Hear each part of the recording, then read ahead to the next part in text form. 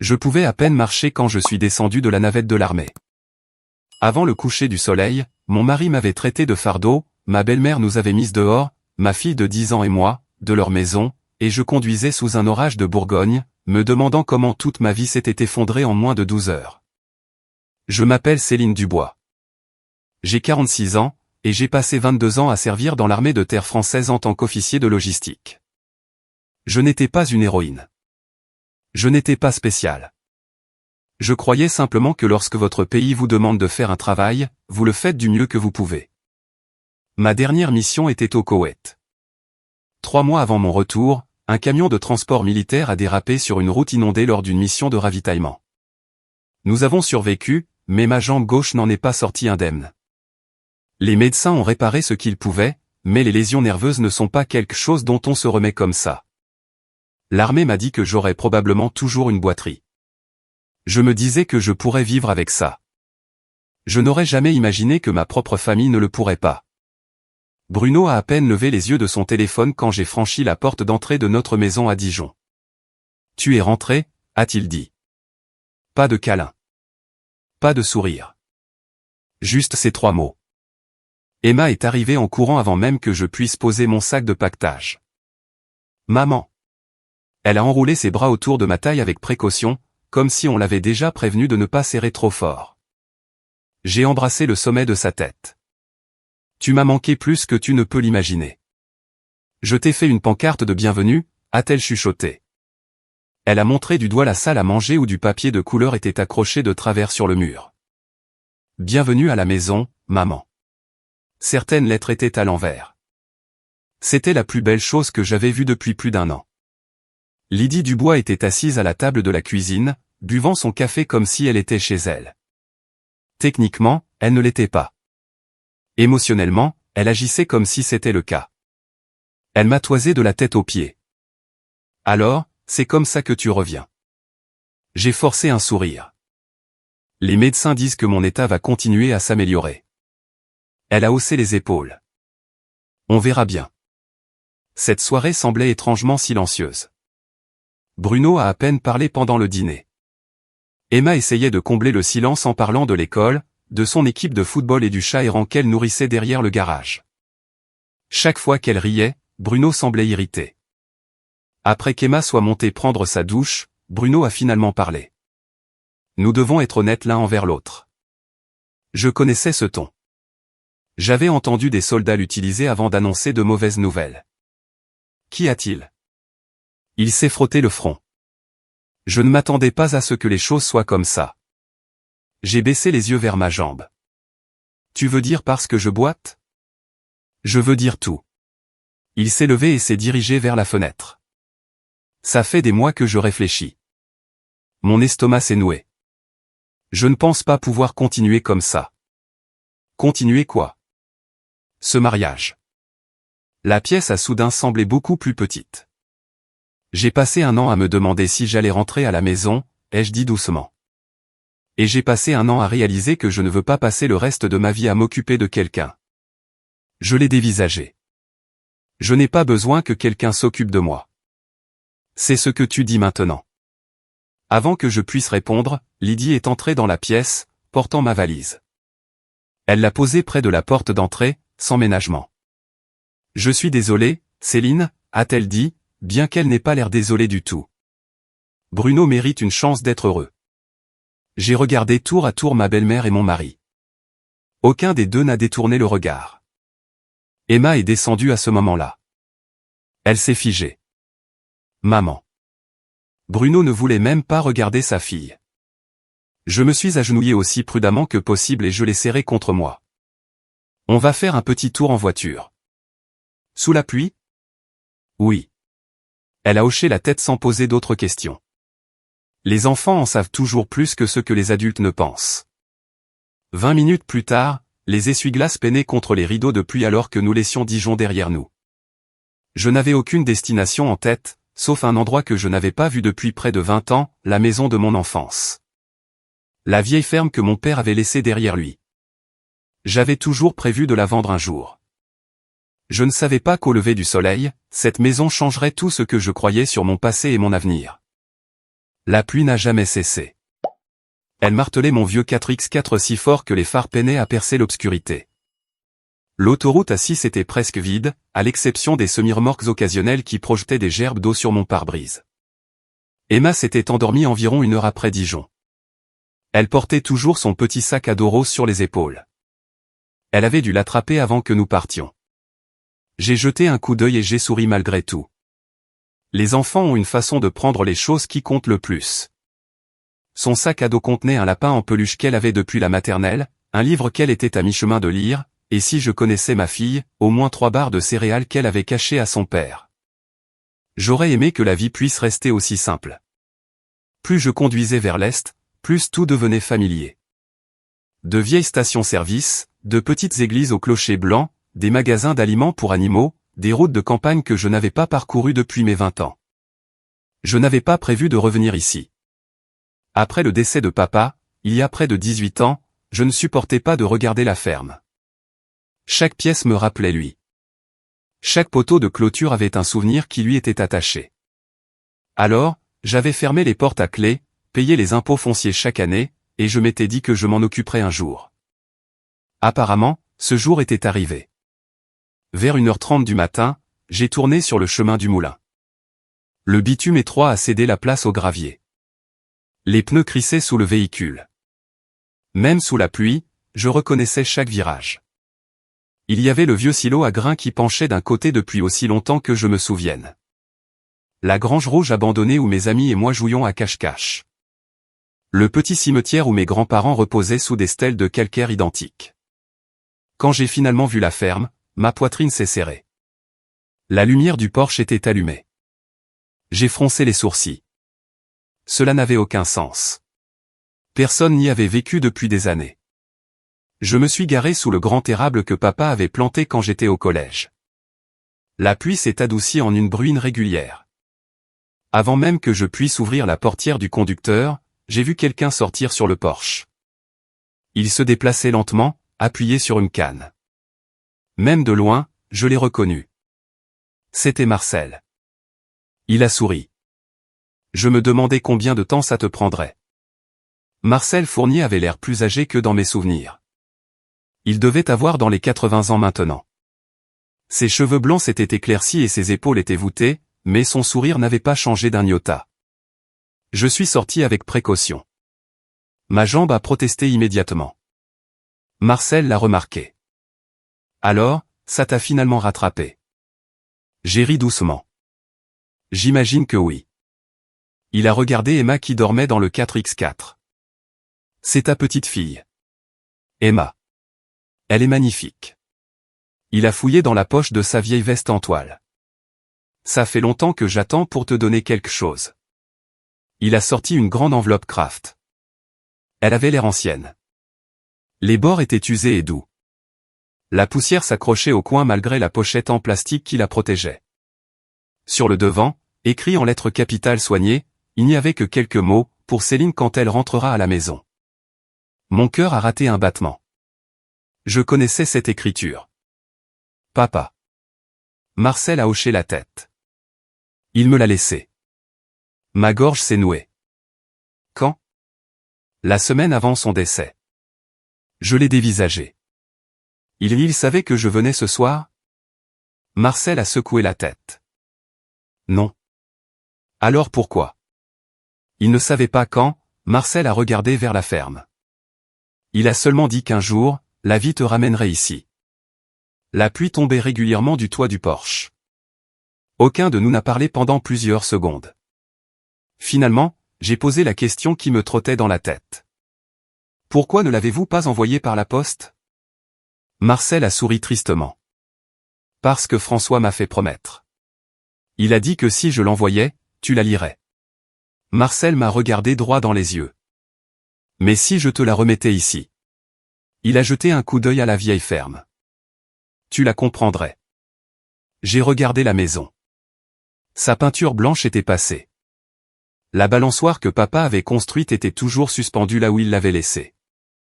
Le carillon que maman avait acheté avant de mourir bougeait encore doucement dans la brise.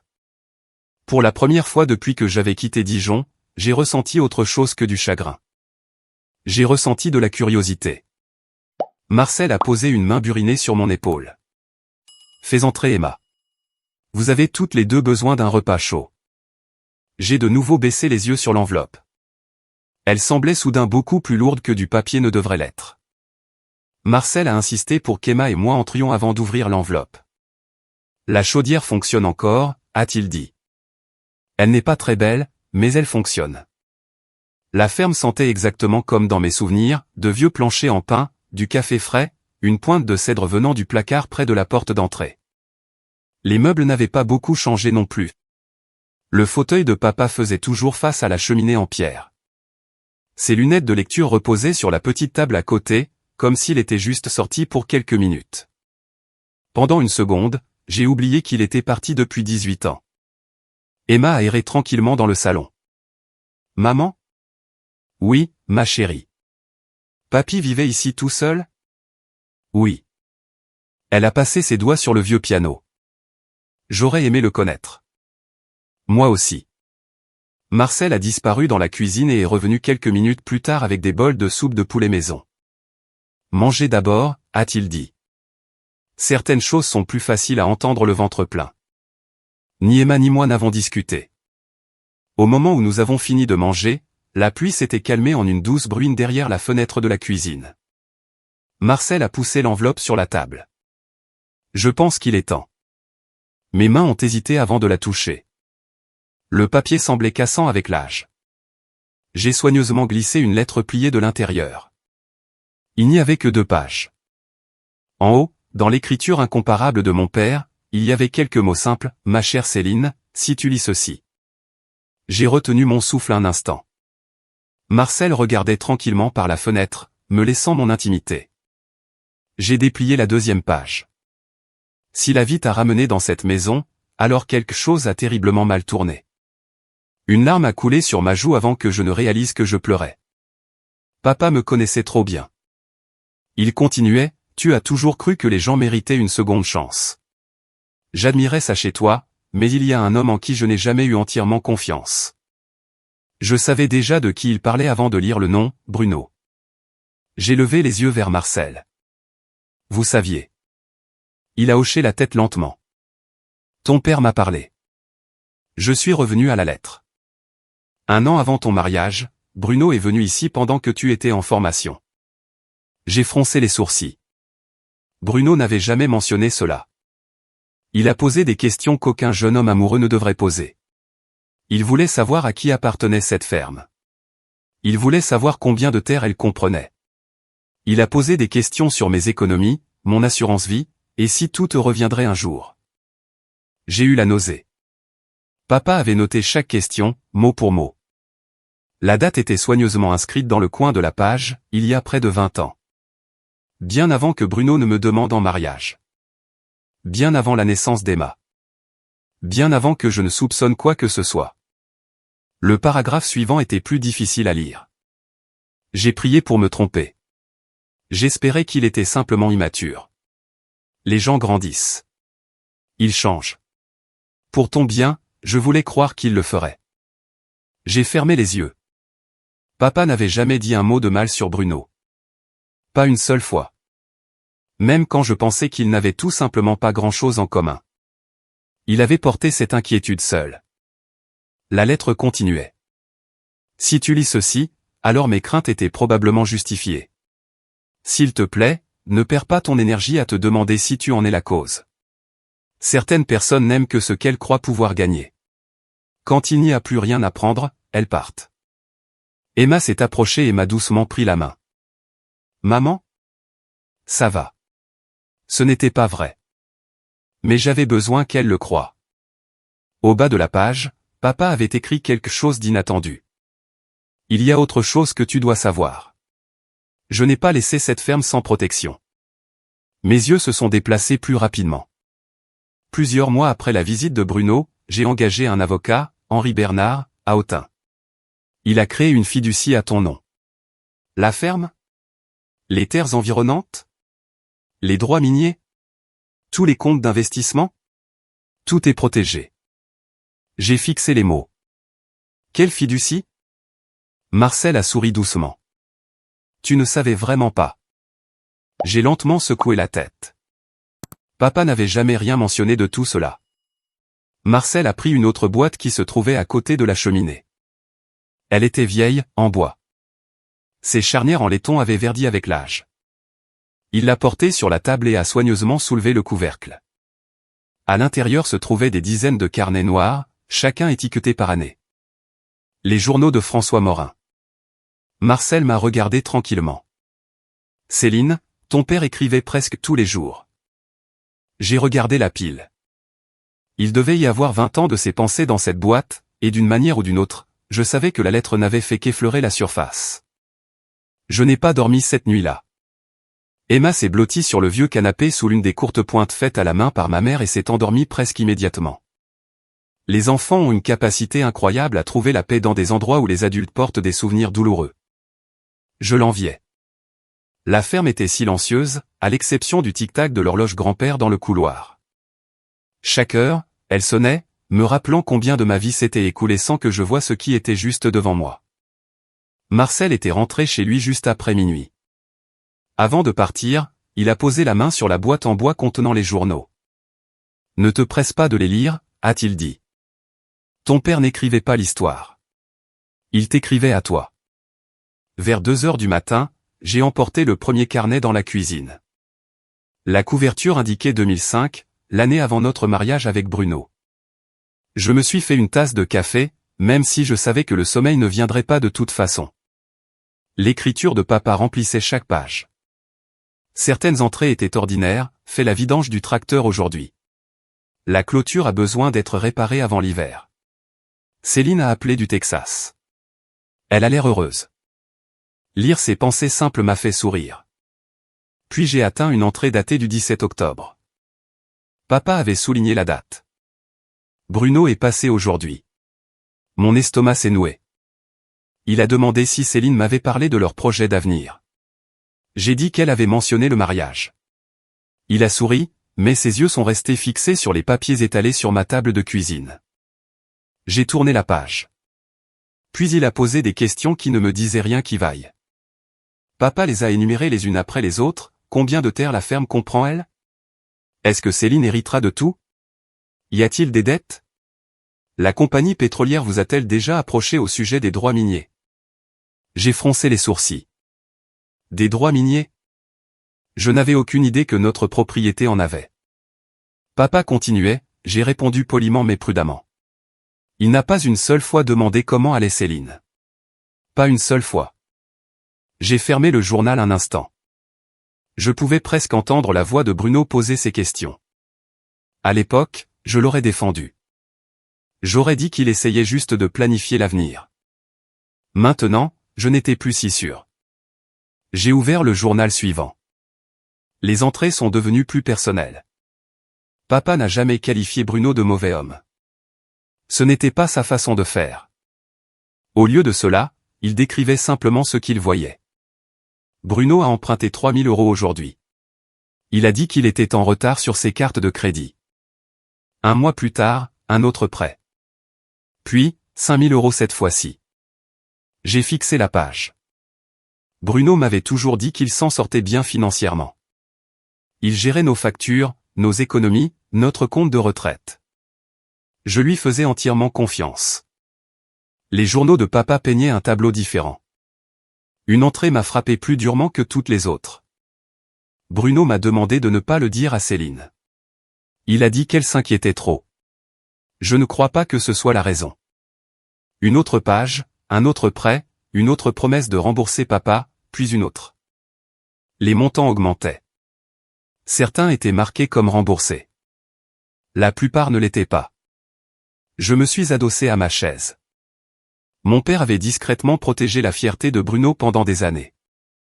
Non pas parce que Bruno le méritait, mais parce que papa ne voulait pas que je porte un stress inutile alors que je jonglais entre la vie militaire, le mariage et la maternité. Mes yeux me brûlaient. Combien de sacrifices cet homme avait-il fait sans me le dire? Près de l'aube, j'ai atteint une entrée écrite seulement 6 mois avant la mort de papa. Elle était beaucoup plus courte. Céline a appelé ce soir. Elle a l'air heureuse. Bruno sourit toujours quand elle est là. J'espère que ce sourire est sincère. Puis venait une dernière phrase. Si jamais elle revient seule dans cette maison, je saurai que j'ai eu raison de me préparer. Je ne pouvais plus lire un mot. J'ai fermé le journal et j'ai pressé mes deux mains contre mon visage. Pendant des années, j'avais cru que mon mariage s'était effondré parce que j'étais rentré blessé, parce que je ne pouvais plus courir, parce que je boitais. Mais assise là, dans la cuisine de mon père, entouré de carnets qu'il ne s'attendait pas à ce que quelqu'un d'autre lise, une autre vérité s'est lentement installée en moi. Bruno n'était pas parti parce que j'étais blessé. Il était parti parce que, à ses yeux, j'avais cessé d'être utile. Ma blessure n'avait pas changé qui il était. Elle n'avait fait que le révéler. Alors que la première lumière du matin filtrait par la fenêtre de la cuisine, Emma est entrée en se frottant les yeux. Elle m'a regardé, puis la pile de journaux. Papy a écrit tout ça. J'ai hoché la tête. Oui, c'est bien ça. Elle est montée sur mes genoux comme elle le faisait quand elle était petite. Que as-tu appris? Je l'ai entourée de mes bras et j'ai regardé le lever du soleil au-delà des champs. J'ai appris que papy a passé des années à nous protéger. J'ai fait une pause. Et je pense qu'il est enfin temps pour moi de finir ce qu'il a commencé. La première semaine n'avait rien à voir avec les films. Personne n'est arrivé avec un miracle. Personne ne m'a tendu un chèque. Personne n'a résolu mes problèmes du jour au lendemain. La plupart des matins, je me réveillais avant 6 heures parce que ma jambe se raidissait si je restais trop longtemps au lit. Les médecins de l'armée m'avaient prévenu que les matins seraient probablement les plus difficiles. Ils n'avaient pas tort. Je m'asseyais sur le bord du vieux lit dans la chambre de mon père, me massant le genou jusqu'à ce que je puisse me tenir debout sans grincer des dents. Emma remarquait tout. Elle ne s'est jamais plainte. Un matin, elle a tranquillement apporté mes bottes dans la cuisine avant même que je ne le demande. Je me suis dit que ça t'éviterait un aller-retour à l'étage. J'ai souri. Quand es-tu devenu si attentionné? Elle a haussé les épaules. Je t'ai observé. Cette réponse m'est restée toute la journée. Les enfants n'écoutent pas autant qu'ils observent. Je ne voulais pas que ma fille grandisse en croyant que la vie est quelque chose qui vous arrive. Je voulais qu'elle voie que parfois, il faut la reconstruire soi-même. La ferme avait besoin de presque tout. Le toit fuyait au-dessus de la chambre du fond. La moitié de la rampe du porche était pourrie. Le chauffe-eau faisait un bruit de cognement fort chaque fois que quelqu'un prenait une douche. La grange penchait juste assez pour m'inquiéter chaque fois que le vent se levait. Un après-midi, je me tenais sur le porche avec un bloc-notes jaune, faisant une liste, toit, plomberie, inspection électrique, fenêtre, peinture. Chaque article avait un prix à côté. Chaque prix me rappelait que Bruno avait vidé notre compte joint 2 jours avant mon retour. Le directeur de la banque à Dijon l'avait confirmé. Il était un titulaire de compte autorisé, Madame Dubois. Légalement, il ne pouvait pas faire grand-chose. Je suis rentré à la maison furieuse. Non pas à cause de l'argent, mais parce que je lui avais fait confiance. Ça faisait plus mal. Quelques jours plus tard, j'ai rencontré Henri Bernard, l'avocat que papa avait mentionné. Son bureau se trouvait sur la rue principale d'Autun, au-dessus d'une vieille pharmacie qui avait encore un comptoir à soda. Henri devait avoir dans les 70 ans. Il portait des bretelles, des mocassins cirés et des lunettes de lecture qui glissaient constamment sur son nez. Il a souri dès que je me suis présenté. Je vous attendais. J'ai ri doucement. Ça devient une habitude par ici. Il a gloussé. Votre père planifiait plus loin que la plupart des gens que j'ai connus. Pendant près de 2 heures, il m'a expliqué la fiducie. Papa n'était pas riche selon les standards de Dijon, mais il avait été prudent. Il avait investi régulièrement, n'avait jamais emprunté d'argent, n'avait jamais poursuivi d'opportunités risquées. La ferme, 38 acres, les droits miniers, un portefeuille d'investissement modeste et l'assurance vie qu'il n'avait jamais touché après la mort de maman. Ensemble, cela valait bien plus que ce que j'avais imaginé. Je suis resté là, sans voix. Je n'en avais aucune idée. Henri a hoché la tête. Il le voulait ainsi. Pourquoi? Parce qu'il croyait que l'héritage change les gens. J'ai pensé à Bruno. Papa avait peut-être eu raison. Henri a glissé un autre dossier sur son bureau. Il y a une chose que vous devriez savoir. Je l'ai ouvert. À l'intérieur se trouvaient des copies de plusieurs documents juridiques. Une signature a immédiatement attiré mon attention, celle de Bruno. Il a signé ça il y a environ 15 ans. J'ai regardé Henri. Je ne comprends pas. Lorsque votre père a refinancé une petite partie de la propriété, Bruno a signé une reconnaissance légale déclarant qu'il comprenait que ce patrimoine vous appartenait uniquement. J'ai cligné des yeux. Il savait. Il le savait absolument. Je me suis adossé à la chaise. Donc Bruno n'avait pas seulement deviné que je pourrais hériter un jour. Il le savait depuis des années, et il m'avait quand même regardé dans les yeux après chaque mission, prétendant que l'argent n'avait pas d'importance. Quand je suis sorti, le soleil de l'après-midi semblait plus chaud qu'il ne l'avait été depuis des semaines. Pour la première fois depuis mon retour, j'ai réalisé quelque chose d'important. Bruno avait pris ma maison, mon mariage, mes économies, ma confiance. Mais grâce à mon père, il n'avait pas pris mon avenir. Ce soir-là, Marcel m'a trouvé assise sur le porche avec un marteau dans une main et une planche de porche lâche à mes pieds. Tu comptes réparer ça toi-même? Je peux essayer. Marcel a souri. Céline, je te connais depuis que tu as 8 ans. Tu as hérité de l'entêtement de François. C'est vrai. Il a ri. Bien. Tu vas en avoir besoin de chaque once. J'ai souri pour la première fois depuis des jours. D'une manière ou d'une autre, entendre cela d'un vieil ami de la famille était plus réconfortant que n'importe quel discours sur le fait de rester forte. Demain, je commencerai à réparer le porche, une planche à la fois. Tout comme je commencerai à réparer ma vie, un jour à la fois. La deuxième semaine, le porche était terminé. Ce n'était pas parfait. Une planche était juste un peu plus haute que les autres, et la peinture blanche ne correspondait pas tout à fait à l'ancienne balustrade. Mais chaque fois que je sortais avec mon café du matin, je le regardais avec un sentiment de fierté tranquille. Je l'avais construit, ou du moins reconstruit. Cela ressemblait à une bonne métaphore de ma vie. Chaque matin suivait la même routine.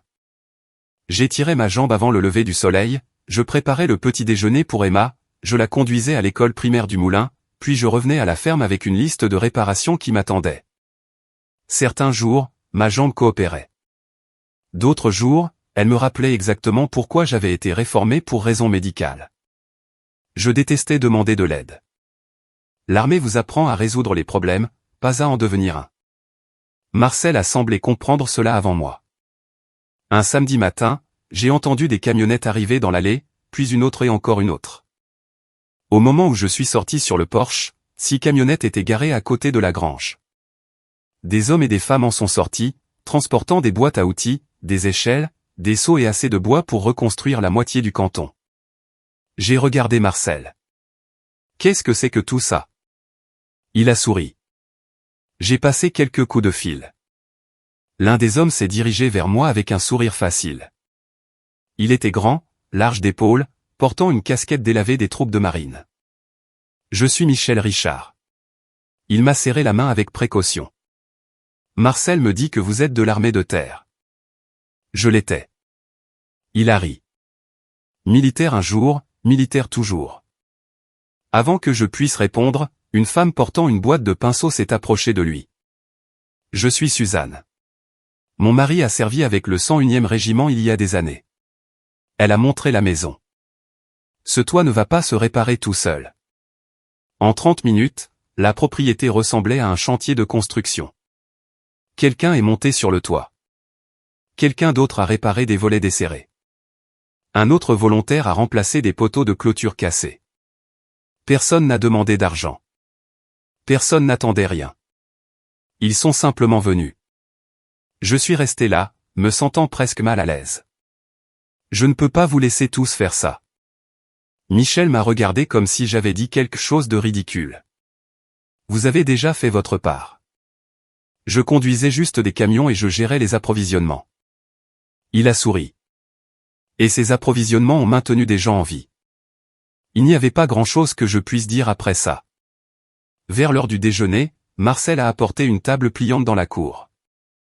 Bientôt, elle était couverte de sandwichs, de salades de pommes de terre, de limonade et de tartes maison. Madame Cartier, qui habitait au bout de la route, a donné 2 biscuits aux pépites de chocolat à Emma. J'ai entendu dire que tu aidais ta maman. Emma a souri fièrement. J'ai trié les outils de papy. Madame Cartier a fait un clin d'œil. On dirait que tu es le chef de chantier. Emma a gloussé. C'était le premier rire insouciant que j'entendais de sa part depuis notre départ de Dijon. Rien que ça valait toute la journée. Alors que tout le monde mangeait ensemble sous l'érable, j'ai réalisé quelque chose qui m'a prise au dépourvu. Ces gens me connaissaient à peine maintenant. Certains ne m'avaient pas vu depuis le lycée, pourtant ils étaient venus sans qu'on le leur demande. Pendant ce temps, les personnes avec qui j'avais vécu pendant près de 20 ans m'avaient tourné le dos. La vie a une drôle de façon de vous montrer qui est votre véritable famille. Plus tard dans l'après-midi, Henri Bernard est arrivé dans l'allée. Il est sorti de sa voiture avec un épais dossier. Je pensais que vous voudriez voir ça. Nous nous sommes assis sur le porche pendant que les autres continuaient à travailler. Henri a ouvert le dossier. J'ai examiné tous les documents que votre père a laissés. Il a ajusté ses lunettes. Céline, il y a une autre dimension à cette histoire. J'ai haussé un sourcil. Que voulez-vous dire? François ne protégeait pas seulement la propriété. Il vous protégeait exactement de la situation à laquelle vous êtes confronté maintenant. Il a glissé un document vers moi. Au bas se trouvait la signature de Bruno. Encore une fois, c'est un document de renonciation post-nuptiale que votre père a demandé il y a des années. Je ne l'ai jamais vu. Vous n'étiez pas censé le voir. Henri a hoché la tête vers la signature. Bruno a reconnu par écrit que ni lui ni ses futurs héritiers n'auraient jamais aucune prétention sur le patrimoine de votre père. J'ai fixé le papier. Donc, si Bruno décide de me poursuivre? Henri a souri. Il peut essayer. Puis son expression est devenue sérieuse. Mais il perdra. Pour la première fois depuis que j'avais quitté Dijon au milieu de cet orage, j'ai ressenti quelque chose que je ne m'étais pas autorisé à ressentir, la sécurité. Non pas à cause de l'argent, non pas à cause de la ferme, mais parce que mon père m'avait aimé assez pour penser 10 coups à l'avance. Ce soir-là, après le départ de tout le monde, Emma et moi nous tenions sur le porche, regardant le coucher de soleil peindre les champs d'or. Elle a glissé sa main dans la mienne. Maman? Oui. Je pense que papy savait qu'on rentrerait à la maison. J'ai regardé à travers les champs tranquilles où mon père avait passé la plus grande partie de sa vie. Peut-être qu'il ne savait pas quand, mais d'une manière ou d'une autre, il s'était assuré que nous n'aurions jamais à y faire face seuls. Environ un mois après qu'Emma et moi nous soyons installés dans la ferme, la vie s'est finalement installée dans quelque chose qui ressemblait à une routine. Emma aimait sa nouvelle école. La directrice, Madame Hébert, l'avait présentée à une autre fille nommée Lily le tout premier jour, et les deux étaient rapidement devenus inséparables. Chaque après-midi, elle faisait du vélo sur le chemin du moulin jusqu'à ce que la lumière du porche s'allume. Voir Emma rire à nouveau valait tous les muscles endoloris. Quant à moi, je passais mes matinées à réparer la ferme et mes après-midi à aider Michel Richard avec l'inventaire dans sa quincaillerie en ville. Ce n'était pas un travail prestigieux, mais après des années d'horaires et de paperasse militaire, il y avait quelque chose de réconfortant à aider les clients à trouver les bonnes vis ou à charger des sacs de terreau dans des camionnettes. Les gens connaissaient mon nom. Ils demandaient des nouvelles d'Emma. Ils demandaient comment ma jambe guérissait. Pas une seule personne ne m'a fait sentir comme un fardeau. Un mardi après-midi, tout a changé. Je venais de rentrer de la ville quand j'ai remarqué une BMW noire garée devant la ferme. Mon estomac s'est immédiatement noué. Bruno. Il se tenait à côté de la portière du conducteur, vêtu d'un jean repassé et de la chemise bleue que je lui avais achetée pour notre 15e anniversaire. Pendant une brève seconde, c'était presque comme si le dernier mois n'avait jamais eu lieu. Puis je me suis souvenu de la valise, de la pluie, d'Emma debout sur le porche en pleurant. Bruno a souri nerveusement. Céline. Je n'ai pas souri en retour. Qu'est-ce que tu fais ici? J'espérais qu'on pourrait parler. Il a jeté un coup d'œil vers la maison. J'ai apporté quelque chose pour Emma. Il a ouvert la banquette arrière et a sorti 2 sacs cadeaux, un nouveau casque de vélo, plusieurs livres et un Golden Retriever en peluche presque aussi grand qu'Emma. Le genre de cadeaux qui sont généralement emballés dans la culpabilité. Emma est sortie sur le porche derrière moi. Papa. Le visage de Bruno s'est adouci. Salut, ma puce. Elle n'a pas couru vers lui. Elle est restée à côté de moi. Cela m'en a dit plus que les mots n'auraient jamais pu le faire. Bruno s'est raclé la gorge. J'ai fait beaucoup d'erreurs. J'ai croisé les bras. C'est une façon de le dire. J'étais dépassé. J'ai paniqué. Ma mère n'arrêtait pas de me le dire. Il s'est interrompu. Non. Je ne la blâme pas. J'ai pris mes propres décisions. C'était la première chose honnête que je l'entendais dire depuis des semaines. Je vois un thérapeute. J'ai eu beaucoup de temps pour réfléchir. Ma famille me manque. Je voulais le croire. 20 ans passés ensemble ne disparaissent pas du jour au lendemain. Je me souvenais des anniversaires, des voyages en camping, d'Emma apprenant à faire du vélo, des nuits où nous étions restés éveillés à parler de la retraite. Une partie de moi voulait que ces souvenirs signifient quelque chose. Bruno a fait un pas prudent vers moi. Je sais que je ne mérite pas une autre chance, mais peut-être, un jour. Avant qu'il ne puisse finir, une autre voiture est arrivée dans l'allée. Lydie en est sortie avant même que le moteur ne s'arrête. Elle s'est dirigée vers nous, portant des lunettes de soleil bien trop chères pour une visite à une vieille ferme. Son sourire semblait répéter. « Oh, Céline. Tu m'as manqué. » J'ai failli rire. Il y a un mois, elle avait laissé ma valise sur le porche. Maintenant, elle agissait comme si nous avions simplement eu un malentendu. Elle s'est approchée d'Emma. Ma douce petite fille. Emma s'est discrètement mise derrière moi. Le sourire de Lydie a vacillé. Je sais que nous avons tous dit des choses que nous regrettons. Nous sommes une famille. Les familles pardonnent. Marcel traversait justement le pâturage voisin, portant un seau de nourriture. Il a regardé vers l'allée mais a sagement continué son chemin. Il savait que ce n'était pas sa conversation. Bruno m'a de nouveau regardé. On peut arranger ça.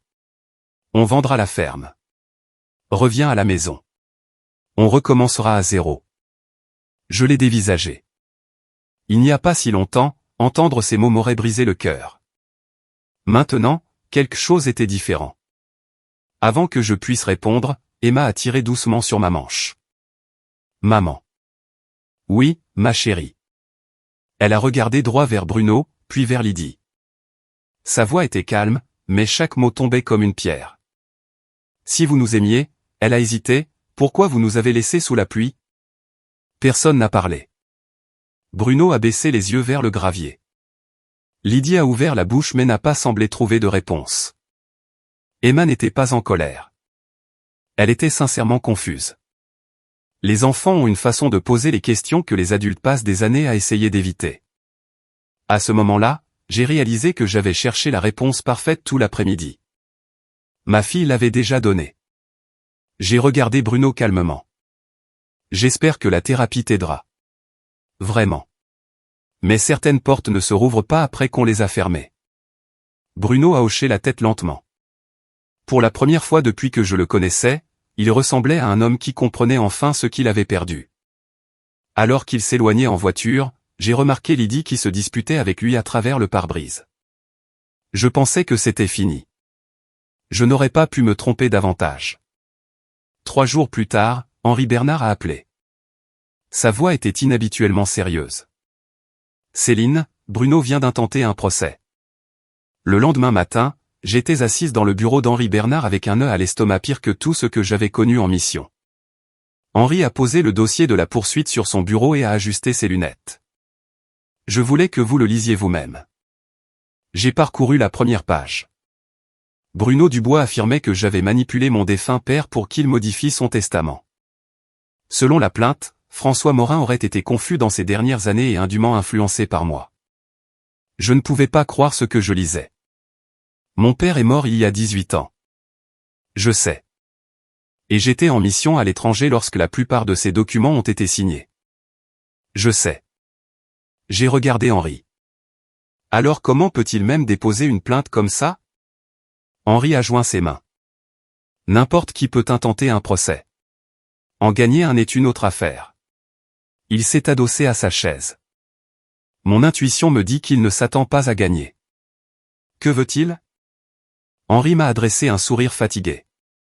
Vous mettre la pression. Vous faire peur. Vous pousser à un arrangement. J'ai ri une fois. Non pas parce que c'était drôle, mais parce que c'était incroyable. Il m'a mise à la porte. Il a vidé notre compte en banque. Et maintenant, il veut la ferme de mon père. Henri a hoché la tête. La cupidité sait rarement quand s'arrêter. La nouvelle s'est répandue dans le canton plus vite que je ne l'attendais. Le vendredi, les gens à la quincaillerie demandaient discrètement à Michel si tout allait bien. Au café du Moulin, 2 femmes âgées m'ont arrêté alors que j'allais à la caisse. « Nous prions pour vous », a dit l'une d'elles. Cela m'a surprise. Les petites villes ont la mémoire longue, mais elles ont aussi une façon de reconnaître qui se présente honnêtement. Bruno, en revanche, avait à peine visité la ville en 20 ans. L'audience était prévue pour le mois suivant au tribunal d'Autun. Le matin de l'audience, j'ai porté le même tailleur bleu marine que j'avais porté pour ma cérémonie de départ à la retraite de l'armée. Mes médailles sont restées dans le placard. Il ne s'agissait pas de mon service. Il s'agissait de mon père. Emma m'a serré dans ses bras avant l'école. Tout ira bien. J'ai souri. Je l'espère. Marcel est venu avec moi en voiture. Aucun de nous n'a beaucoup parlé pendant le trajet. Parfois, le silence est exactement ce dont on a besoin. La salle d'audience n'était pas bondée, mais presque toutes les places derrière nous étaient occupées. Michel était là, Suzanne, Madame Cartier, plusieurs vétérans de l'association des anciens combattants, et même mon ancienne professeure de français du lycée était assise tranquillement au dernier rang. Je n'avais pas réalisé combien de personnes me soutenaient jusqu'à ce moment-là. De l'autre côté de l'allée se trouvaient Bruno et Lydie. Bruno avait l'air confiant. Lydie avait l'air impatiente. Leur avocat s'est levé et a commencé le premier. Il a dépeint l'image d'un vieil homme solitaire, prétendument manipulé par sa fille pour réécrire son testament. L'entendre décrire mon père comme faible m'a fait serrer les poings sous la table. Puis ce fut le tour d'Henri. Il s'est approché calmement de la barre. « Monsieur le juge, a-t-il commencé, cette affaire ne repose pas sur des suppositions. Elle repose sur des preuves. » Il a brandi le premier journal. L'écriture de François Morin, vérifiée, datée, signée. Puis un autre, et un autre. Le juge a passé plusieurs minutes à feuilleter les pages. Henri a présenté les documents originaux de la fiducie, les signatures notariées, les registres de propriété. Chaque date correspondait. Chaque témoin était pris en compte. Puis Marcel a témoigné. Il a parlé calmement, sans jamais élever la voix. Il a expliqué exactement quand François lui avait confié l'enveloppe, exactement pourquoi il l'avait gardée, exactement ce que François lui avait dit. L'avocat de Bruno a essayé de le déstabiliser. « Monsieur Fournier, à votre âge, êtes-vous certain que votre mémoire est fiable ?» Marcel a souri. « J'ai 83 ans. J'oublie où je laisse mes clés de voiture, mais je n'oublie pas les promesses que j'ai faites à mon meilleur ami. » Quelques personnes dans la galerie ont souri. Même l'expression du juge s'est adoucie. Puis Henri a présenté une dernière pièce à conviction, la renonciation signée de Bruno, le document même reconnaissant qu'il n'avait aucune prétention légale sur le patrimoine de François Morin. Henri l'a remise au juge. La salle d'audience est devenue si silencieuse que je pouvais entendre le bourdonnement du climatiseur. La confiance de Bruno a disparu. Pour la première fois de la matinée, il avait l'air inquiet. Et j'ai réalisé que cette affaire ne se déroulait pas comme il l'avait imaginé. L'avocat de Bruno a été le premier à rompre le silence. « Monsieur le juge, a-t-il dit en se raclant la gorge, nous souhaiterions une brève suspension d'audience. » Le juge a baissé les yeux sur la renonciation signée, puis est revenu vers lui. « Vous avez 10 minutes. » Alors que tout le monde se levait, Henri s'est penché vers moi. Il ne s'attendait pas à ce document. J'ai hoché la tête lentement. Non. Il pensait que votre père n'avait jamais rien planifié. Henri a souri. François Morin planifiait plus loin que presque toutes les personnes que j'ai connues. J'ai regardé de l'autre côté de la salle. Bruno faisait les 100 pas près des fenêtres, passant ses 2 mains dans ses cheveux. Lydie se tenait à côté de lui, parlant rapidement, mais il semblait à peine l'entendre. Pour la première fois depuis le début de tout cela, il semblait incertain, pas effrayé, juste à court d'excuses. Lorsque l'audience a repris, l'avocat de Bruno a essayé une approche différente. Il a soutenu que les journaux de François ne représentaient qu'un côté de l'histoire. Ce sont des opinions personnelles, a-t-il dit. Elle ne prouve pas l'intention. Henri s'est de nouveau levé. Je suis d'accord. L'avocat a eu l'air surpris. Henri a continué, c'est pourquoi nous avons également soumis des relevés bancaires. Il a remis un autre dossier à l'huissier. Le juge a examiné plusieurs pages. Alors, ces virements. Henri a hoché la tête. Chacun d'eux provenait directement du compte personnel de François Morin. Le juge a tourné une autre page. Ils ont été déposés sur le compte de Monsieur Dubois. Oui, monsieur le juge. Bruno s'est agité mal à l'aise sur sa chaise. Henri n'avait pas terminé. Nous avons aussi des copies de reçus manuscrits. Les reçus correspondaient presque parfaitement aux entrées du journal, 3 000 €, 5 000 €, 1 200 €, 800 €. Prêt après prêt, année après année. Chacun portait la signature de Bruno. Chacun incluait la même promesse manuscrite, je te rembourserai bientôt. Henri a regardé vers Bruno. L'avez-vous fait? Bruno a fixé la table. Son avocat a répondu à sa place. Mon client n'est pas jugé pour des prêts personnels. Henri a hoché la tête poliment. Non. Mais ces prêts établissent une relation. Ils montrent que Monsieur Morin a aidé financièrement son gendre à plusieurs reprises. Il a fait une pause. Et non l'inverse. L'argument a fait mouche. Le juge l'a compris immédiatement. L'histoire de Bruno dépendait de sa capacité à convaincre le tribunal que papa avait été confus et manipulé. Au lieu de cela, les preuves montraient quelque chose de totalement différent, un homme prudent, un père patient, quelqu'un qui documentait presque tout parce qu'il voulait protéger sa fille. Lydie a soudainement demandé si elle pouvait s'adresser au tribunal. Le juge a hésité avant de l'autoriser. Elle s'est levée, lissant sa veste. Mon fils aimait Céline. Je sais qu'il a fait des erreurs. Mais les familles se disputent. Elle m'a regardé. Nous n'avons sûrement pas besoin de nous détruire mutuellement pour de vieux malentendus. J'ai failli rire. De vieux malentendus. Être mise à la porte de ma propre maison avec ma fille pendant un orage n'était pas un malentendu. Pas plus que le fait de vider notre compte en banque. Ni ce procès. Le juge a regardé Lydie. Madame, ce tribunal ne décide pas si votre famille a eu des désaccords. Nous décidons s'il existe une base légale pour cette plainte. Lydie s'est lentement rassise. Pour la première fois depuis que je la connaissais, elle n'avait plus rien à dire. Le juge a examiné ses notes pendant plusieurs minutes silencieuses. Puis il a levé les yeux.